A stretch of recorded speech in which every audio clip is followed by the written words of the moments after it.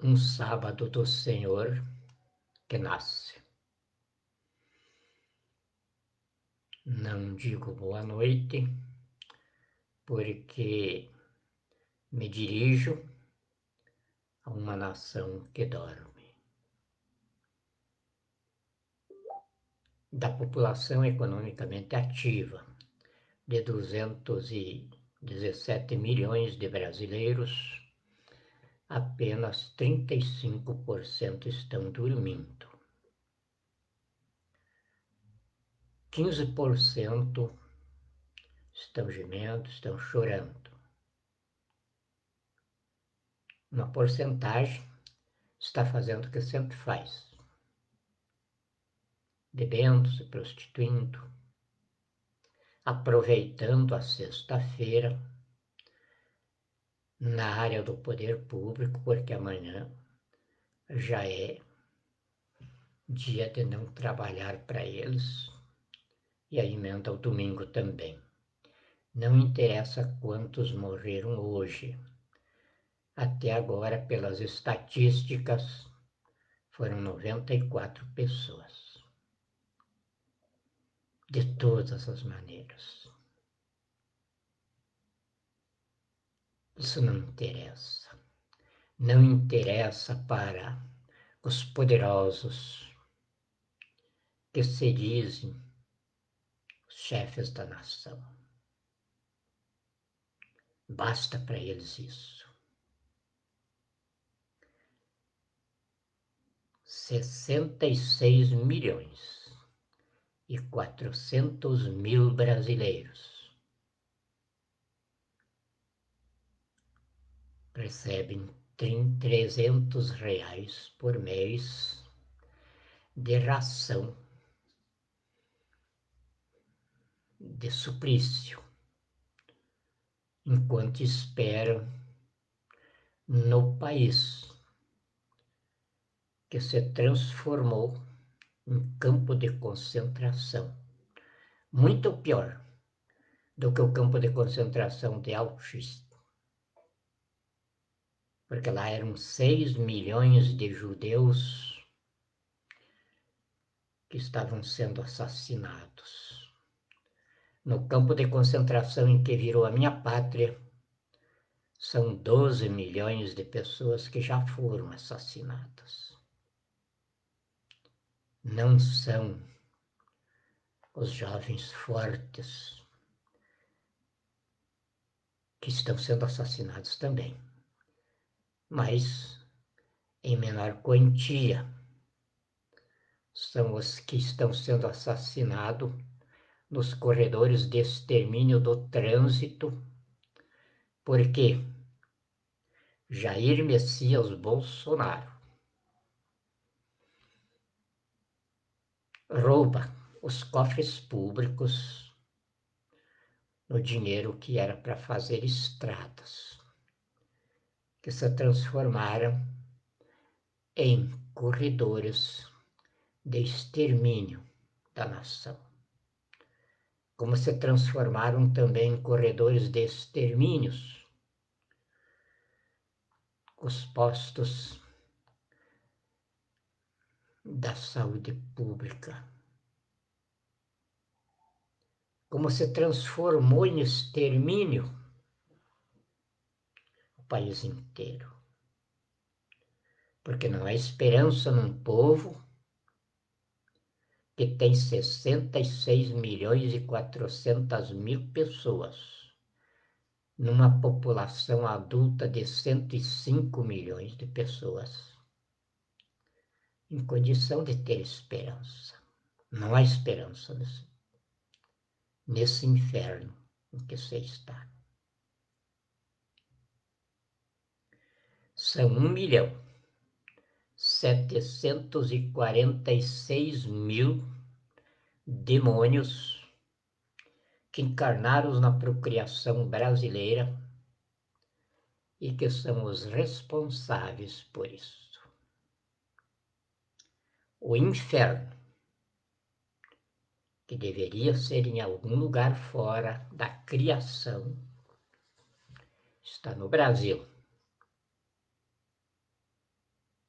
porque eu não vejo ninguém aqui que possa a gente dizer: este está conectado a Deus, porque ele está feliz, sentindo essa felicidade dentro da sua consciência e dentro da sua capacidade de amar o próximo.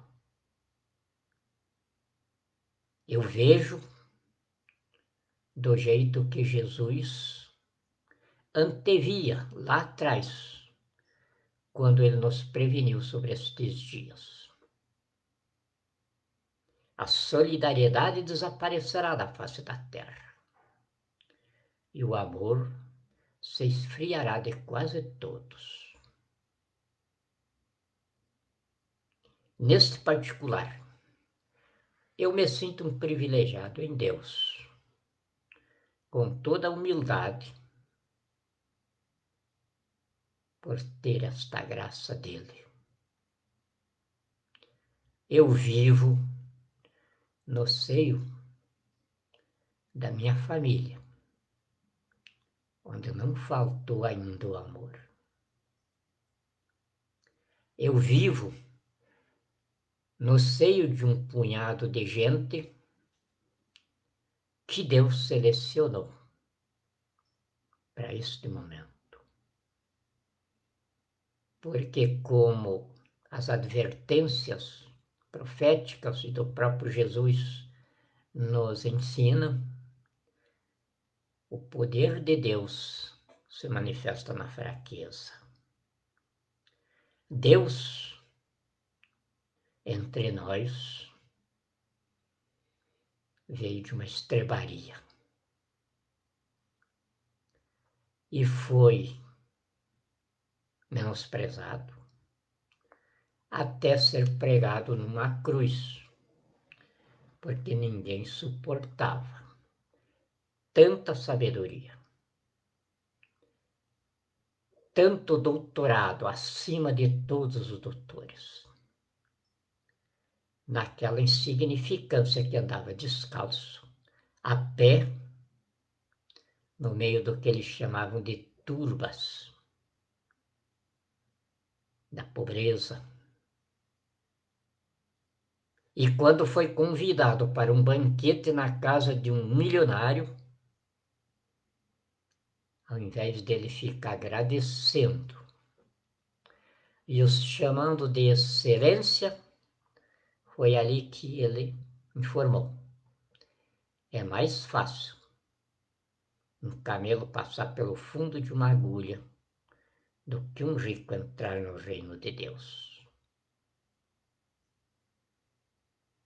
E foi ali também que ele disse, porque o banquete era de doutores, era de magistrados, que queriam estabelecer um elo de ligação que levasse aquele impostor da estrebaria a uma conciliação com eles. E foi ali que ele disse: sepulcros caiados,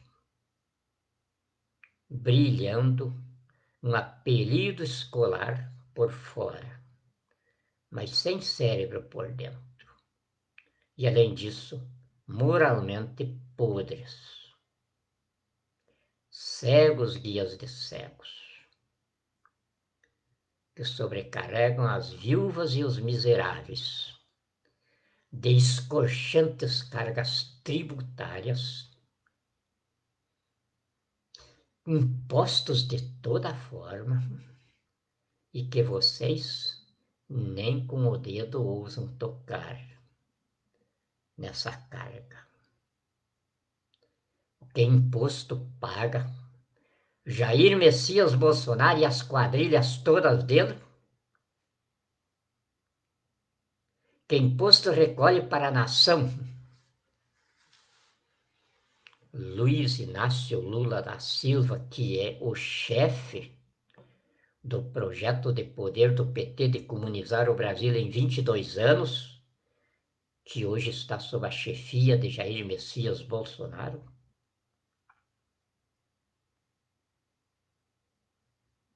Não, os impostos é pago, como dizia Jesus, pelas viúvas, os deserdados da sociedade e aqueles que trabalham. Eles só sabem cobrar imposto. Eles não sabem fazer outra coisa.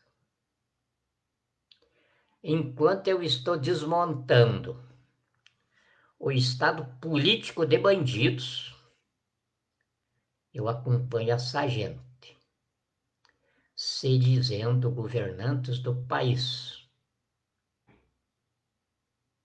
Em um ano, na governança deles, sumiu 1,5 trilhão de impostos que o que sobrou da força de trabalho do país, empregado, e com empresas que representam apenas 15% do que o país era em 86,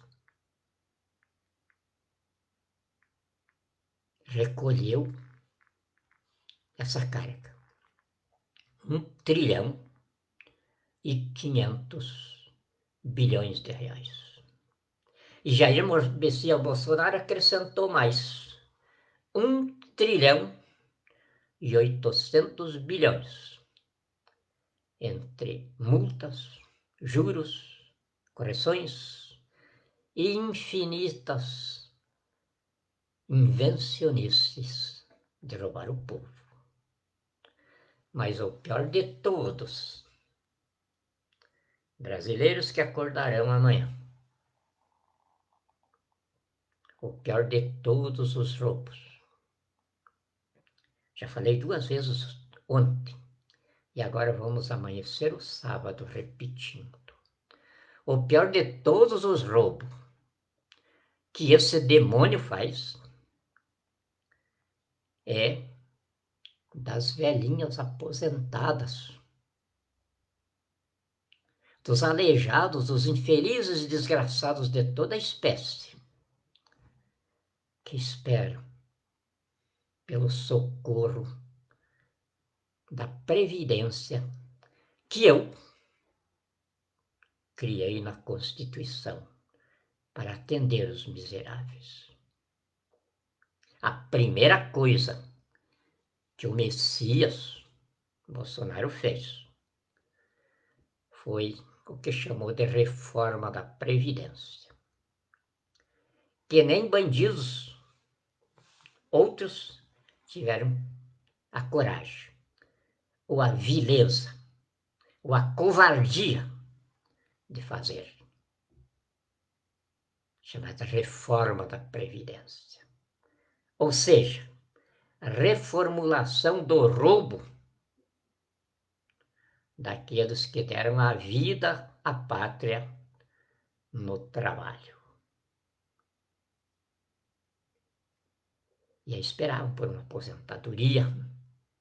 aposentadoria que foi tirada dos seus salários, para que eles tivessem na velhice uma vida digna, que eu coloquei na Constituição, no artigo 1º, inciso 3º, a dignidade da pessoa humana.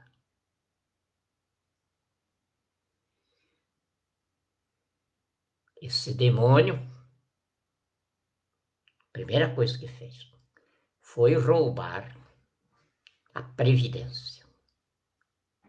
Não precisava fazer isso, porque se ele não tivesse me atrapalhando, o povo já estaria coberto pelo sistema previdenciário financeiro do Brasil, que, assim que eu estiver instalado no Palácio do Planalto, imediatamente ele vai estar funcionando, com um aporte de capital de 10 trilhões de reais.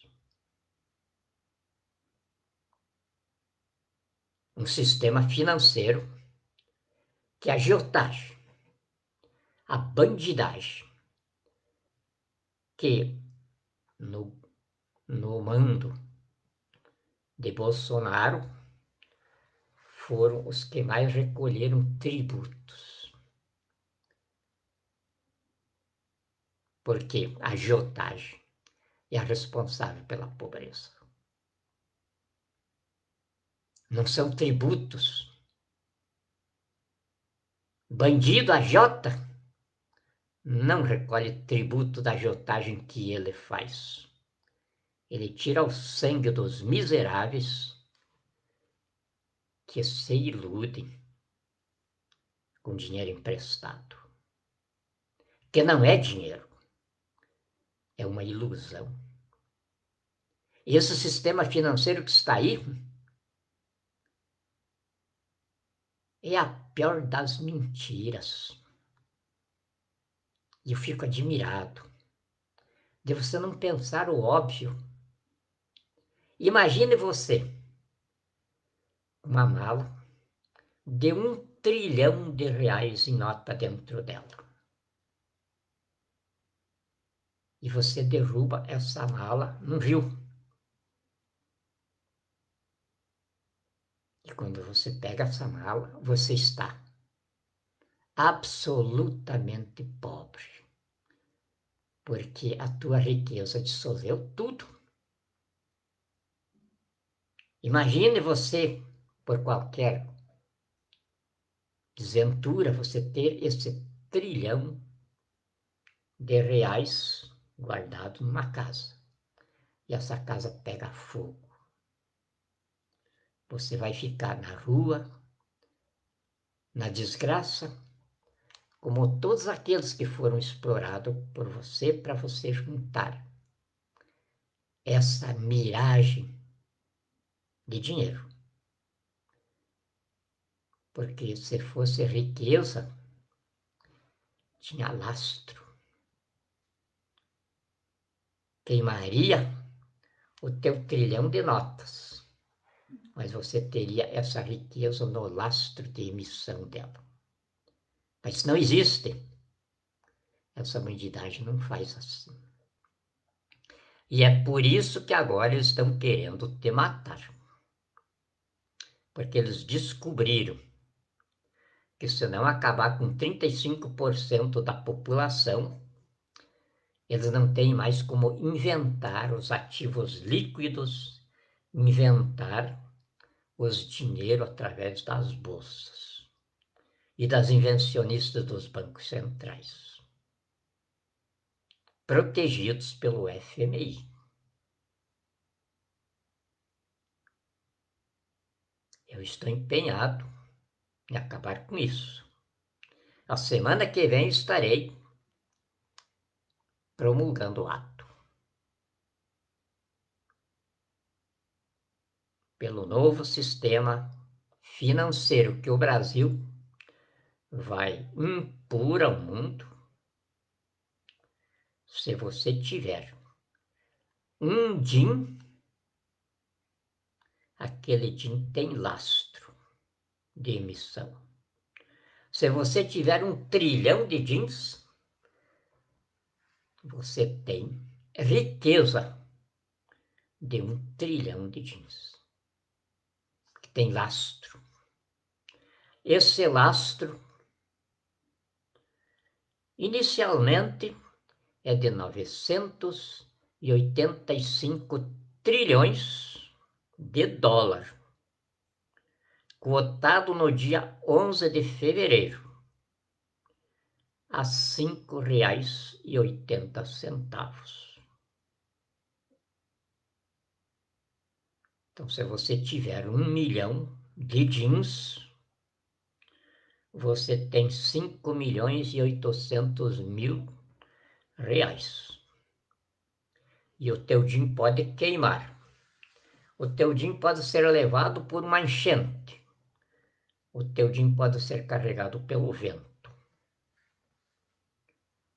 Porque o teu milhão de DINs está nos 985 trilhões de riquezas infungíveis que sustentam esse padrão monetário.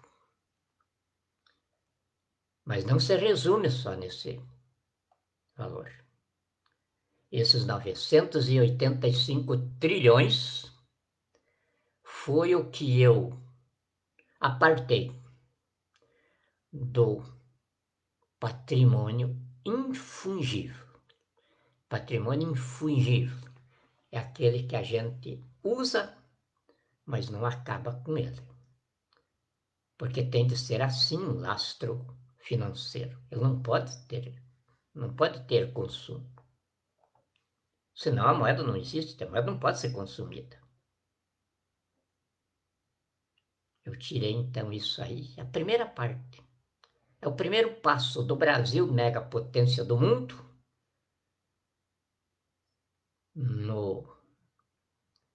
na Operação Apocalipse, comandada diretamente por Jesus.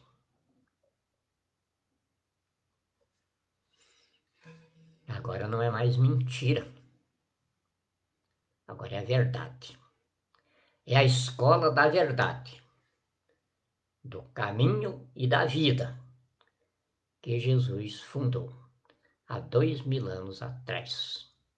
Sumiu. O diabo a suplantou. Mas como ele disse, eu voltarei. E voltou. E a escola está de pé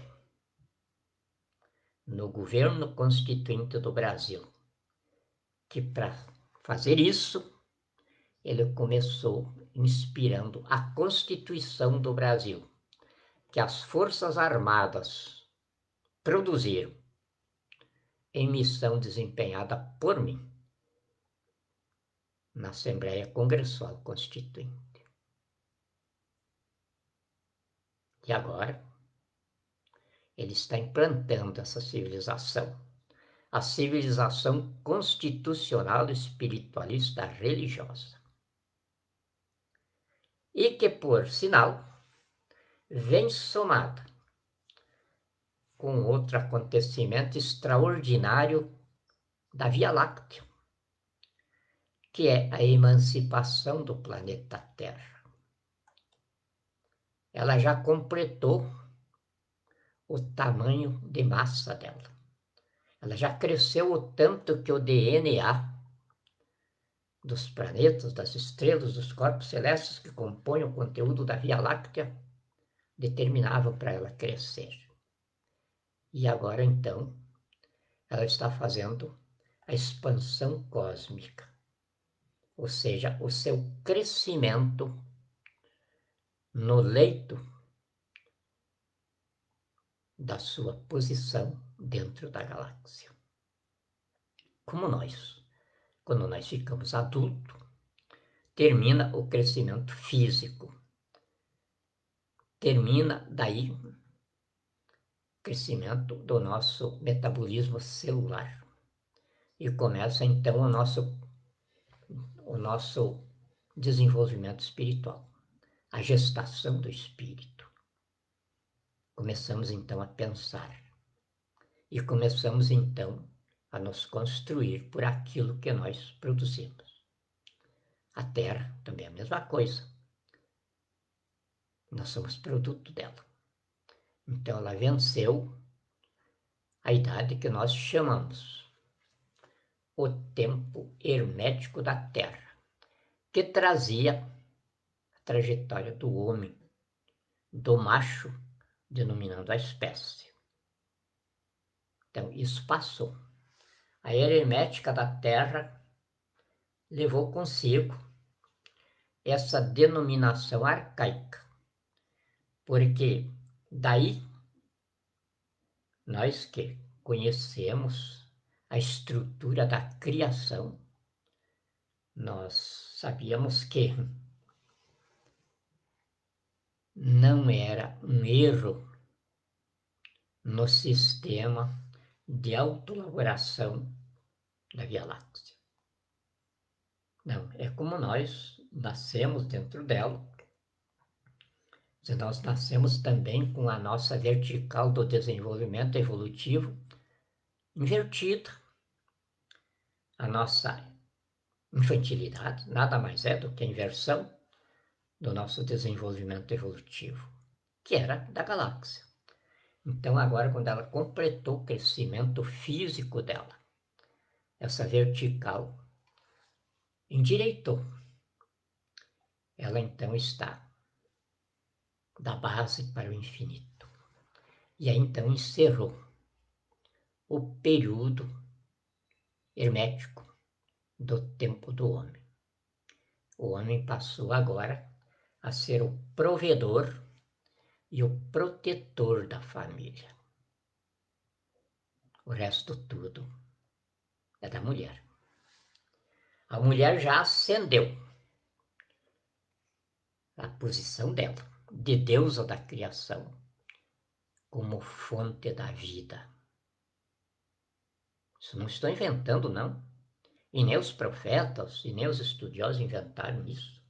Isso está na natureza. É só nós termos olhos para a natureza. É só nós começarmos a ser gente, deixar de sermos operadores dos nossos inventos e ser operadores de nós mesmos. A gente vê imediatamente isso. A gente vê que a mulher é o ser sublime da criação. É a fonte da vida. Tanto é que Deus nasceu dela. Deus, o absoluto, nasceu da mulher. Para nos ensinar isso. E os serviços de assessoria que eu tenho, de várias universidades do mundo, fizeram um estudo bem acurado sobre isso, a partir do fenômeno do tsunami. E concluíram com resultados muito espetaculares. Todos os cargos executivos dos grandes aglomerados econômicos do mundo já são ocupados por mulheres.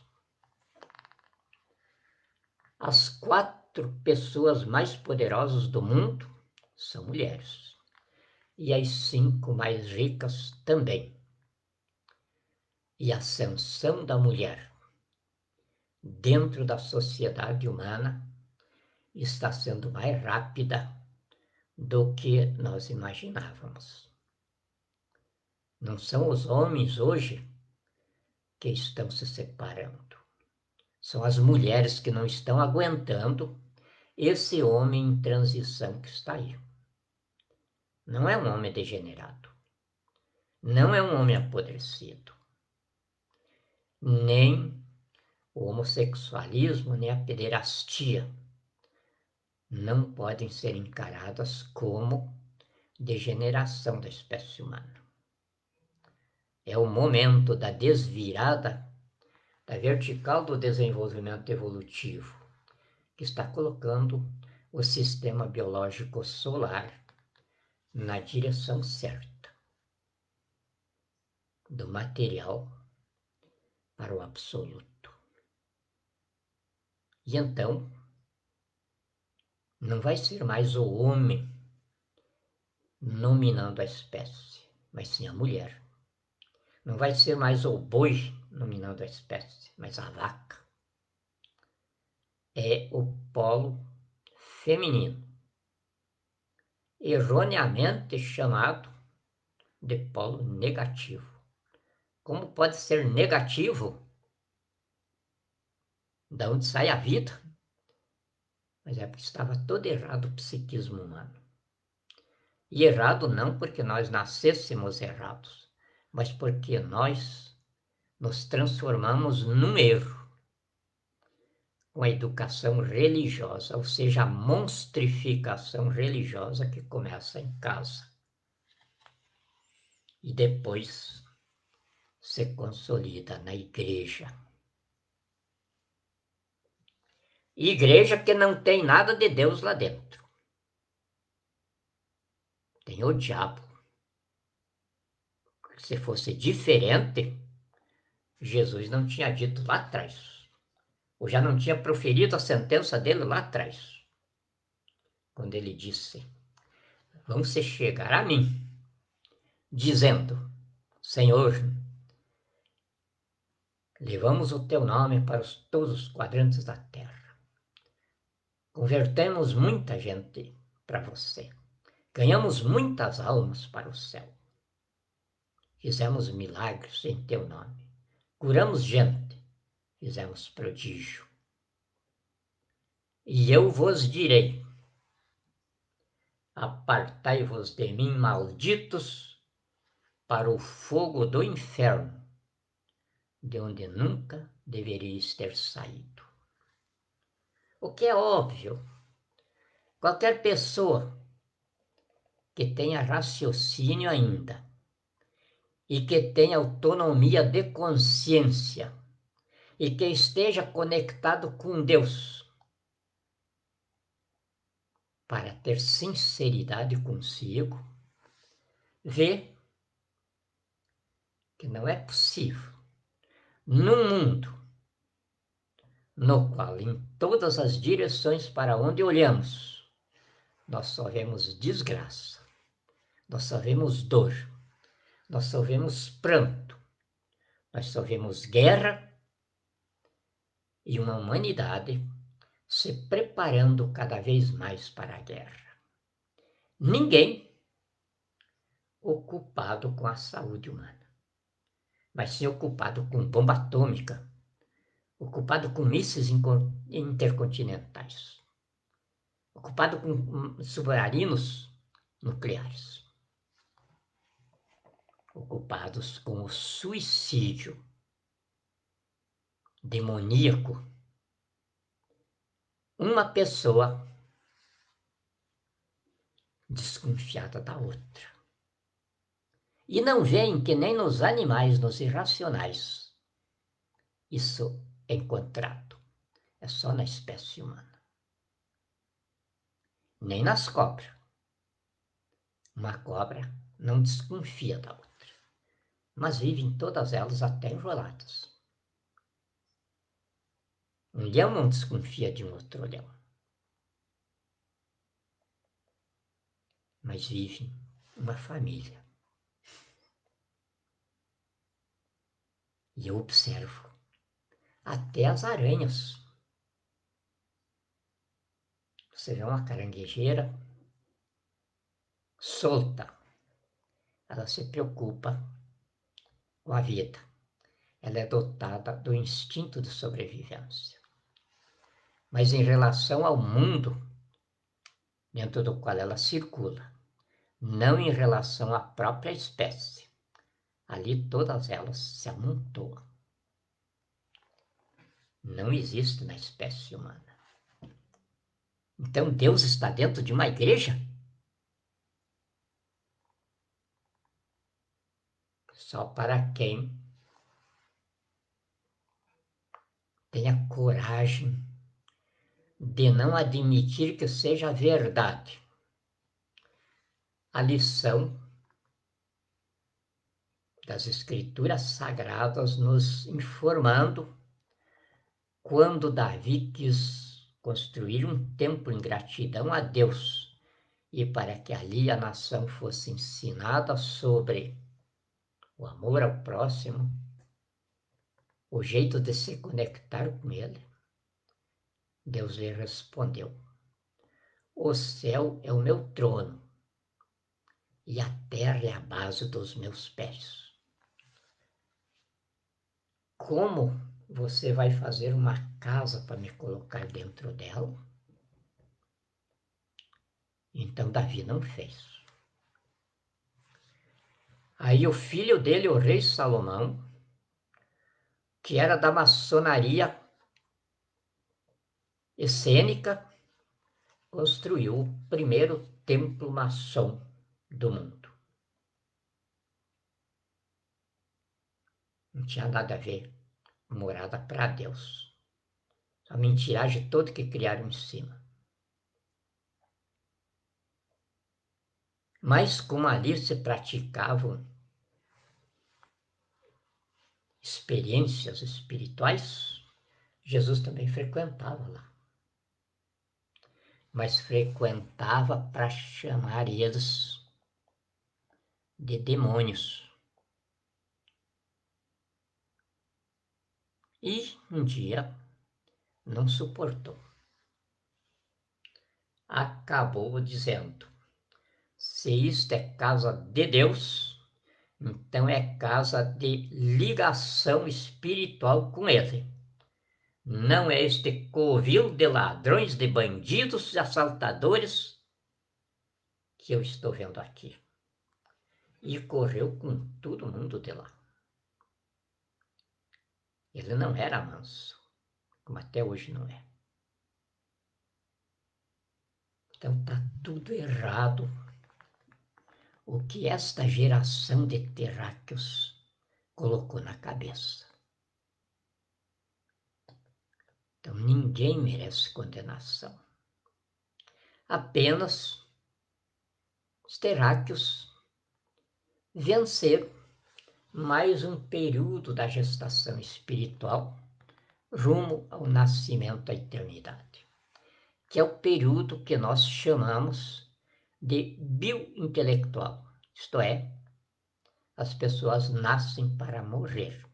E não adianta querer tirar elas de dentro dessa trajetória, porque elas não saem, a cabeça do terráqueo não sai disso. Se nós vermos todos os que passaram por aqui, de outros sistemas dimensionais, ajudando na gestação espiritual dos terráqueos, todos jogarão a toalha. O próprio Jesus chegou ao ponto de dizer para Judas: vá fazer de uma vez o que você quer fazer, rapaz, me venda de uma vez lá, não aguento mais. Ficou quietinho na frente de Pilatos, esperando que o crucificassem de uma vez. Mas eu não condenava os terráqueos. Pelo contrário, lá na cruz ele disse para Deus: Pai, perdoa a nenezada. Eles não sabem ainda o que fazem. E por isso é que ele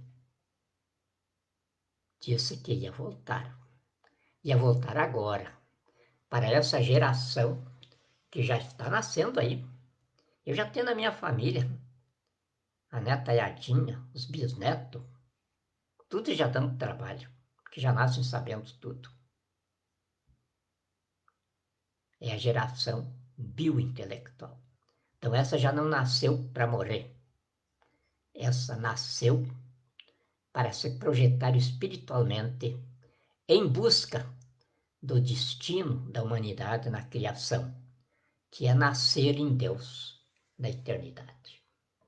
Esta é a função, ou seja, a missão para a qual Deus escolheu vocês que me sustentam nela. E agora estamos instalando ela nas bases efetivas do governo do Brasil. Com Deus no comando, as Forças Armadas atrás e o povo na retaguarda. Sem recriminação, sem espírito de revanche, sem animosidade, sem vingança, sem justicialismos, mas todos no verdadeiro Pentecostes, diante do grito. E agora o que fazemos, irmãos? O nosso dever é dizer: Jesus está de volta, de braços abertos, convidando a todos para o canteiro de obras, que a terra é de Deus. Brasil, terra da promissão, mega potência do mundo.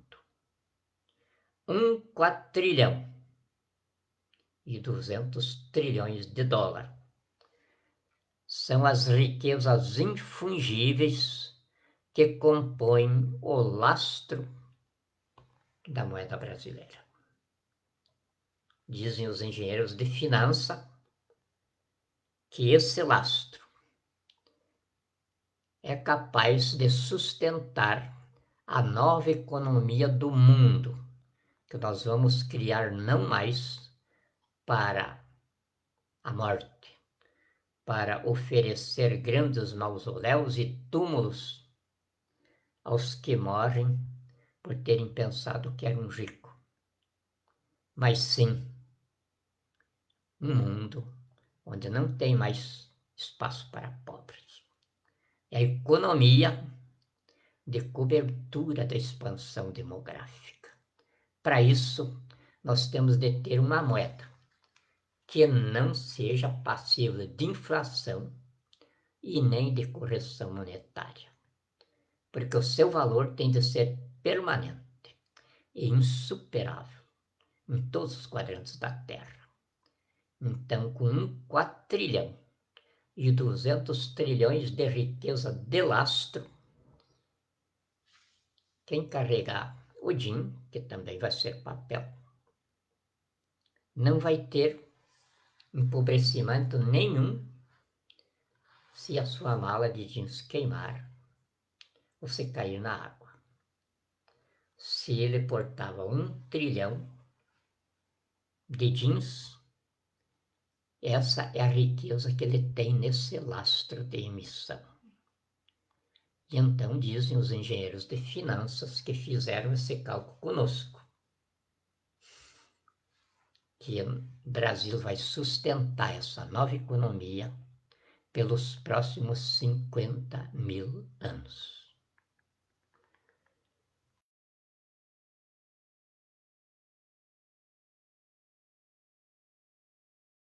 Com a água potável, sem necessidade de fazer a despoluição dos nossos rios, nós ainda temos água potável pura para sustentar 80% da humanidade pelos próximos 5.000 anos. Só o lençol freático da Amazônia, que está no subsolo, é fantástico, é extraordinário. Água puríssima da melhor qualidade. E já dizem os observadores dessa área que dentro de pouco tempo os petroleiros vão sumir, dando lugar aos aqueiros, levando água potável do Brasil para quase todo o resto do mundo. Menos alguns países, como é o caso da Rússia, que tem tanta água quanto nós aqui também. Mas os Estados Unidos, Europa, Ásia, todos já estão com falta de água potável. Então, é como dizem alguns membros do serviço de inteligência de outros países que estão conosco. Tá certo que Jesus seja o Deus patrono do Brasil e que o Deus dos brasileiros seja justo, mas então a gente, para entender a coisa, tem de pensar que, quando Deus estava fazendo este planeta, os anjos construtores de repente começaram a ficar cansados e começaram a jogar todo o material infungível, tudo aquilo que é riqueza mesmo, jogando tudo aqui, amontoando aqui onde hoje é o Brasil. E parece que tem algum fundamento, porque as profecias antigas, todas elas, são bem claras, que a Terra tem 2 lugares privilegiados. A Terra Santa, para onde Deus conduziu o povo que ele escolheu para ser os servidores da humanidade, o povo judeu.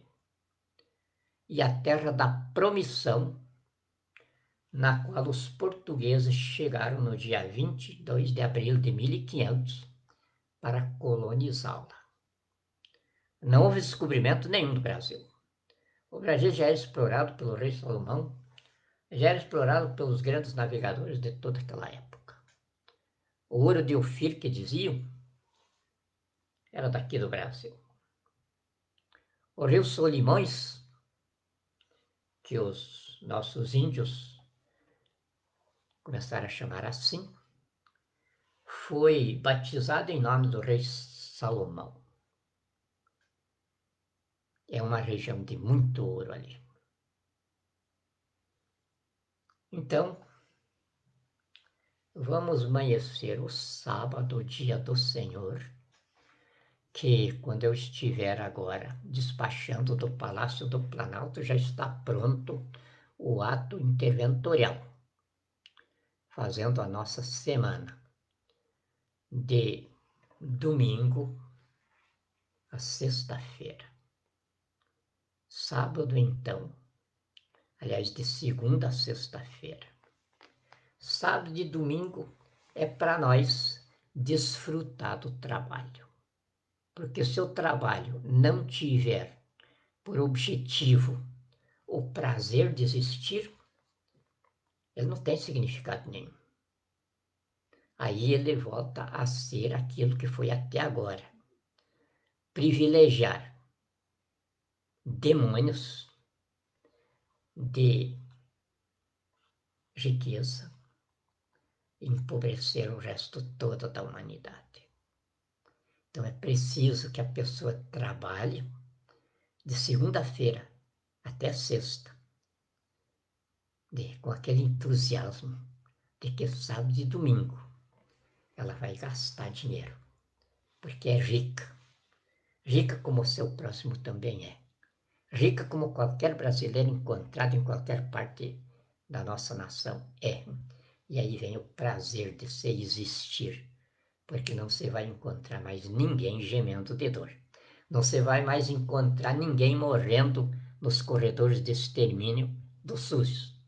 Não se vai mais ver 53 mil mortes por ano nos corredores de extermínio do trânsito, com mais 135 mil aleijados e feridos nesses mesmos corredores. Por quê?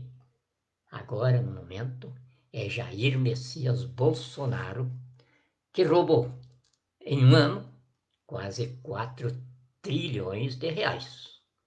Com 1 trilhão, já não morria tanta gente nas estradas, porque nós já poderíamos alargar as nossas pistas. Mas ele só preocupa em abrir crédito para as pessoas comprarem carro. Não se preocupa que o carro demanda um leito de rolagem. E esse leito de rolagem tem de ter, no mínimo, 17% de espaço entre os veículos, com um mínimo de 15% de acostamento. Não sendo assim, não adianta carteira de motorista, não adianta sinalização de trânsito, porque é o leito viário o responsável pelos acidentes. Ninguém dirige bem um carro se não for em cima de uma pista feita para ele. E assim é a vida. Todos nós temos uma pista de ação. E em toda ação nós temos uma reação. Essa é a realidade da vida que nós temos. E amanhã, então, já comecemos o primeiro sábado do Brasil, megapotência do mundo, dentro do Programa Governamental de Ressurreição Intelectual da Nação, que é a tarefa para a qual Deus nos separou.